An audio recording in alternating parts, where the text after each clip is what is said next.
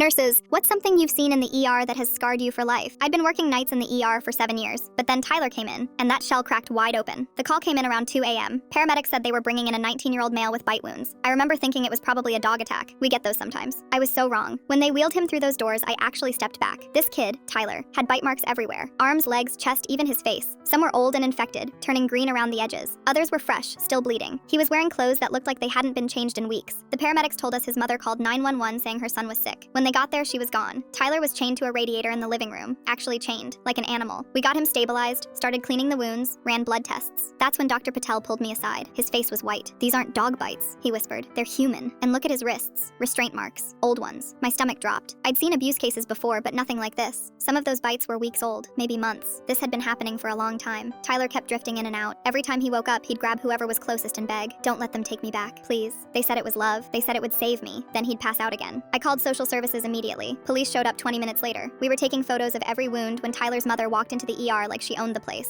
She started screaming the second she saw the cops, calling us kidnappers, saying we had no right to keep her son. She was tiny, maybe 5'2", wearing this long white dress that looked homemade. But the way she looked at Tyler made my skin crawl, like he was property. The police separated her from us. That's when everything came out. She'd been running some kind of group out of her apartment, called it a purification circle. About 6 people total. They believed pain could cleanse the soul, and biting was their main method. Tyler's mother had been letting them use her son for their rituals since he was 16, 3 years. This kid endured 3 years of being chained up and bitten by strangers while his mother watched and called it love. The worst part? Legally, she was still his guardian. He was 19 but had developmental delays from being isolated his whole life. Social services said they needed a court order to remove him. It took 6 days. 6 days where I couldn't sleep because I kept thinking about that kid begging us not to send him home. They finally got him into protective custody, moved him to a care facility across town. I wasn't supposed to visit patients outside the hospital, but I couldn't help it. I went to see him 4 months later. He'd gained weight. His wounds were mostly healed, just scars now. He was in the common room doing a puzzle when I walked in. I smiled and stuck out my hand to shake his. Tyler looked at my hand like it was a snake. Then he flinched so hard he knocked his chair over. A nurse had to calm him down while I stood there feeling like garbage.